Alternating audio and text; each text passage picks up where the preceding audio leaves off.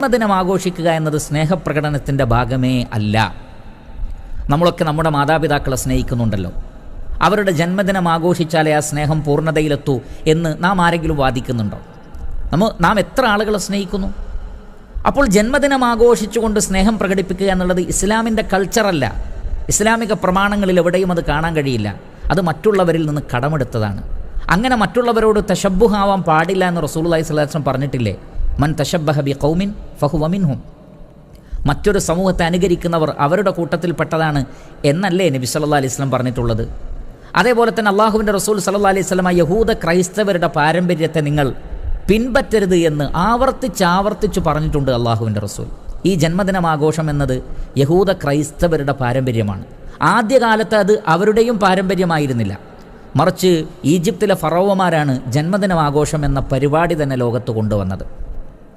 അത് ബഹുദൈവാരാധനയുമായി ബന്ധപ്പെട്ട ആചാരമാണ് എന്ന് ക്രൈസ്തവ ഗ്രന്ഥങ്ങളിലും അതേപോലെ തന്നെ യഹൂദ ഗ്രന്ഥങ്ങളിലും അല്ലെങ്കിൽ അവരെക്കുറിച്ച് പരാമർശിക്കുന്ന ഗ്രന്ഥങ്ങളിൽ രേഖപ്പെടുത്തിയിട്ടുണ്ട്. അതുകൊണ്ട് തന്നെ ആദ്യകാല യഹൂദരോ ആദ്യകാല ക്രൈസ്തവരോ ജന്മദിനം ആഘോഷിച്ചിരുന്നില്ല. ഒരാളുടെയും, പ്രവാചകന്മാരുടേത് എന്നല്ല, ഈസാ നബിയുടേത് എന്നല്ല, മറിച്ച് ഒരു മനുഷ്യൻ്റെ ജന്മദിനവും, മക്കളുടെയോ മാതാപിതാക്കളുടെയോ ആരുടെയും ജന്മദിനം യഹൂദരും ക്രൈസ്തവരും പോലും ആചരിച്ചിരുന്നില്ല. എന്തുകൊണ്ട്?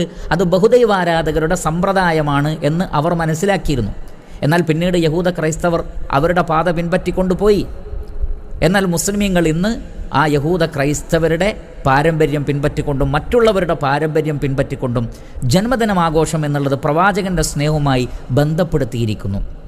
ഇസ്ലാമിൽ യാതൊരു നിലക്കും അടിസ്ഥാനമില്ലാത്ത ഒരു ബന്ധപ്പെടുത്തലാണത്. മറിച്ച് ഇസ്ലാമിലെ സ്നേഹപ്രകടനം എന്താണ്? അത് പരിശുദ്ധ ഖുർആനിലെ 3-ാം അധ്യായം സൂറത്തു ആലു ഇമ്രാനിലെ 31 അല്ലാഹു സുബ്ഹാനഹു വ തആല പറയുന്നുണ്ട്, പ്രിയപ്പെട്ടവരെ, ഖുൽ ഇൻ കുൻതും തുഹിബ്ബൂനല്ലാഹ്. അല്ലാഹു സുബ്ഹാനഹു വ തആല പറയുകയാണ്, നബിയെ ജനങ്ങളോട് പറയുക, അല്ലെങ്കിൽ വിശ്വാസികളോട് പറയുക, നിങ്ങൾക്ക് അള്ളാഹുവിനോട് സ്നേഹമുണ്ടോ എങ്കിൽ ഫത്തബിഊനി, നിങ്ങൾ എന്നെ ഇത്തിബാഅ് ചെയ്യൂ. എങ്കിൽ അല്ലാഹു സുബ്ഹാനഹു വ തആല നിങ്ങളെ സ്നേഹിക്കും. ഫത്തബിഊനി യുഹ്ബിബുകുമുല്ലാഹ് വയഗ്ഫിർ ലക്കും ദുനൂബക്കും. നിങ്ങളെ അല്ലാഹു സുബ്ഹാനഹു വ തആല സ്നേഹിക്കും. നിങ്ങളുടെ പാപങ്ങൾ അല്ലാഹു നിങ്ങൾക്ക് മാപ്പാക്കി തരും, പുറത്തു തരും. പക്ഷെ നിങ്ങൾ ചെയ്യേണ്ടത് ഫത്തബിഊനി എന്നാണ്. നബി സല്ലല്ലാഹു അലൈഹി വസല്ലം പറയുന്നത് നിങ്ങൾ എന്നെ ഫോളോ ചെയ്യൂ, ഇത്തിബാഅ് ചെയ്യൂ.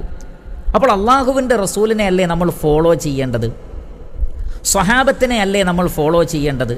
അല്ലാഹു സുബ്ഹാനഹു വ തആല പറഞ്ഞത് എന്താണ്? സൂറത്തു നിസാഇൽ കാണാം, വമൻ യുശാഖിഖിർ റസൂല മിൻ ബഅദി മാ തബയ്യന ലഹുൽ ഹുദാ വയത്തബിഉ ഗൈറ സബീലിൽ മുഅ്മിനീന നുവല്ലിഹി മാ തവല്ല വനുസ്ലിഹി ജഹന്നം വസാഅത് മസീറ.